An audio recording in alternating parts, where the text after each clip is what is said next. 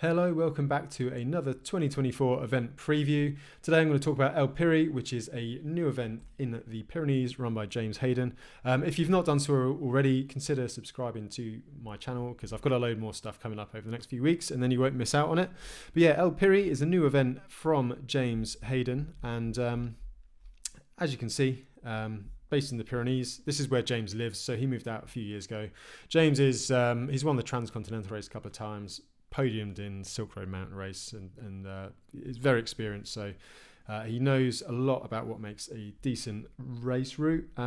So yeah, the event is a bikepacking event starting in Girona. So it starts on the 8th of June. It starts at 8 a.m. on the 15th of June 2024, starting and finishing in Girona. 850 kilometers, 20,000 meters of climbing. And it's a 50-50 split between gravel and tarmac. So it's meant to be, I think the emphasis is on fun. It's not like a hardcore, like just full-on suffering kind of route. So yeah, it should be really, really cool. And I suspect it's going to be a really good event if you want to kind of get a taste of the high mountains, maybe test yourself on a bikepacking event, into sort of gravel riding and stuff, or you've been doing a lot of road ultras and maybe you want to try doing something off-road. I suspect this will be a pretty good sort of starting point for that.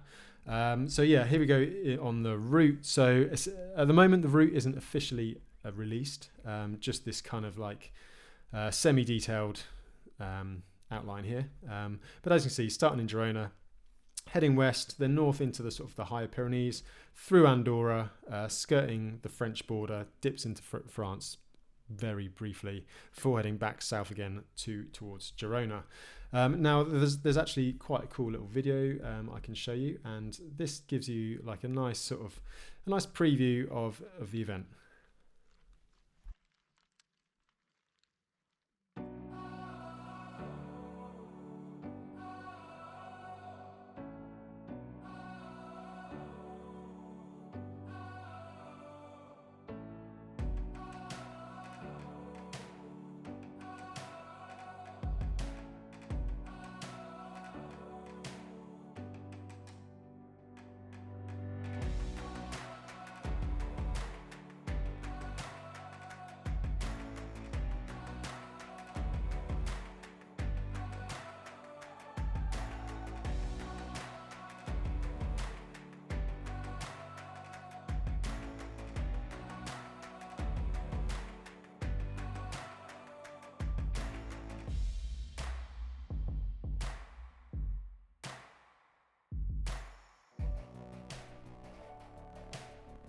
So as you can see, it looks beautiful. It's just an amazing part of the world. So yeah, you can apply now. Entry is on the website. I think it's about €300. There is actually a start line bursary as well if you need some support to get there. It's funded by Tailfin, which is really cool, and you can see all the rules on there. But James has actually given me a bit of a sneak peek of the race map. This isn't publicly available just yet, so this is the first time you would have seen it in any kind of detail.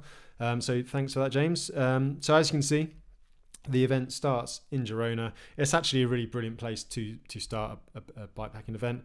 If you don't know, Girona is probably the cycling capital of Europe, or certainly one of them. Loads of sort of pro riders live there. There's a massive network of roads and gravel tracks and mountain bike trails all around the town. There's loads of bike shops, loads of good cafes. You know, it's even a nice place to go on holiday and just have a look around.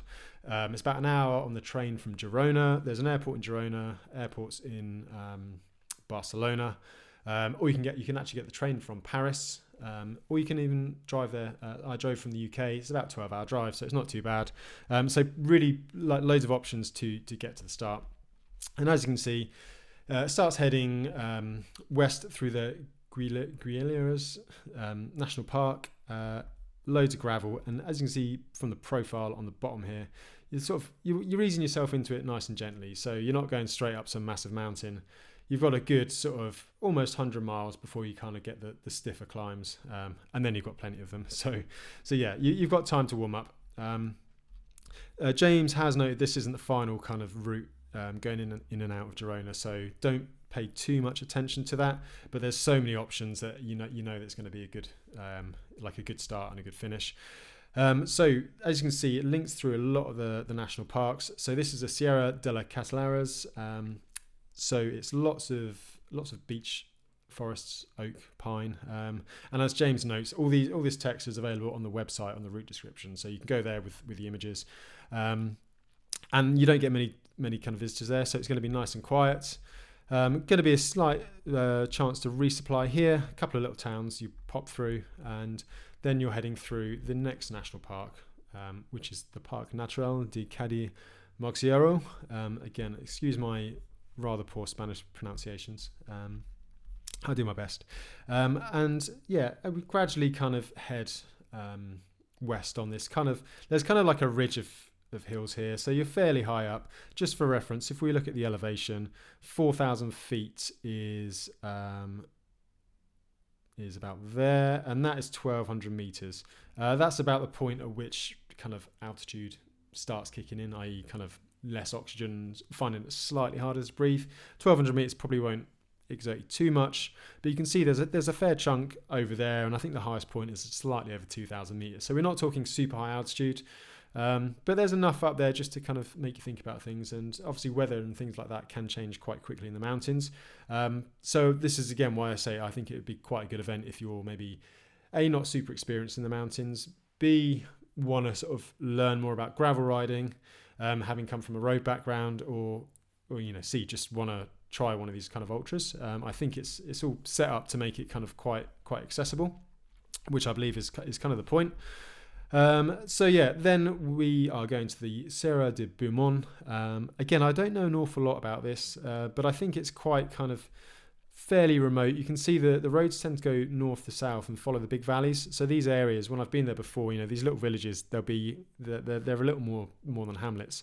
So it's going to be relatively remote. Resupply is not going to be simple. So you are going to have to think about how much food you're carrying. Water, I suspect, there's a massive drought in Catalonia, so you might have to carry more than you think, and it can be quite warm in summer.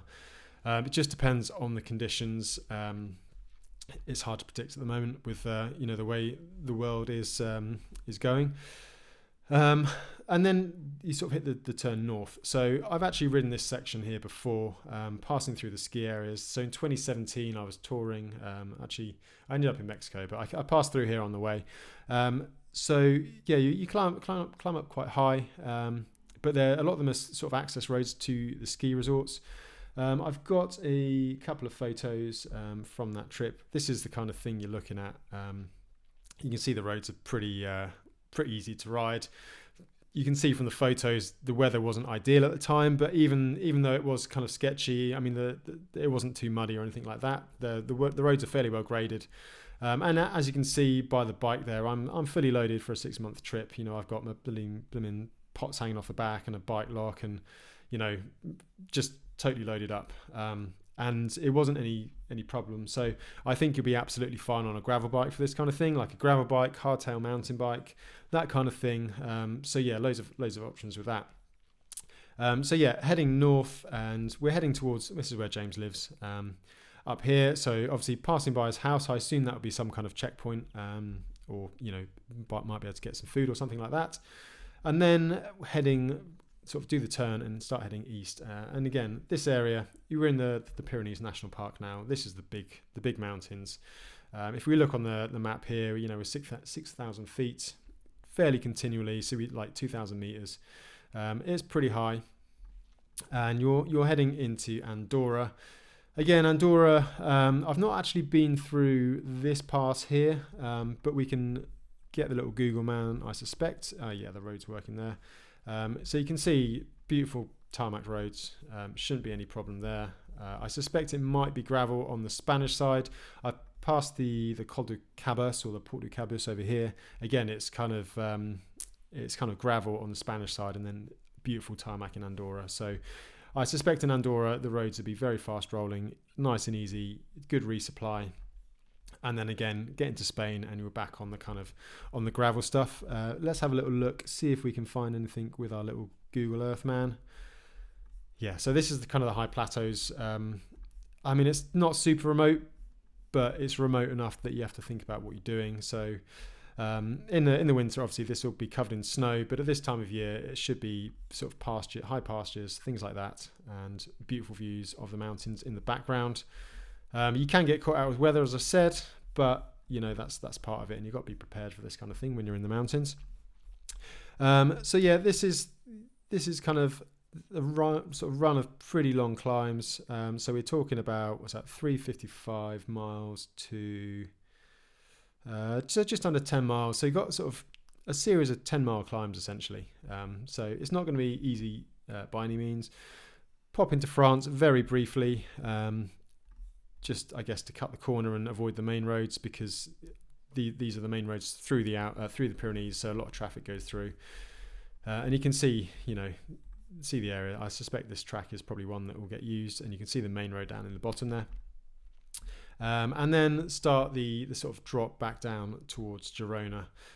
So heading south, gradually downhill, still a few more climbs up there, and drop into Girona.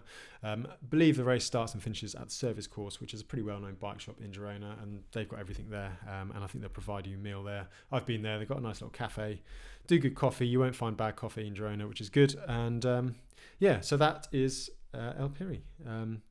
Looks like a really, really good event, so definitely worth considering for next year. So yeah, thanks again for watching. I'll put all the details and the links and stuff in the description. Don't forget to give us a like and subscribe, and I'll see you again for another event preview in a few weeks.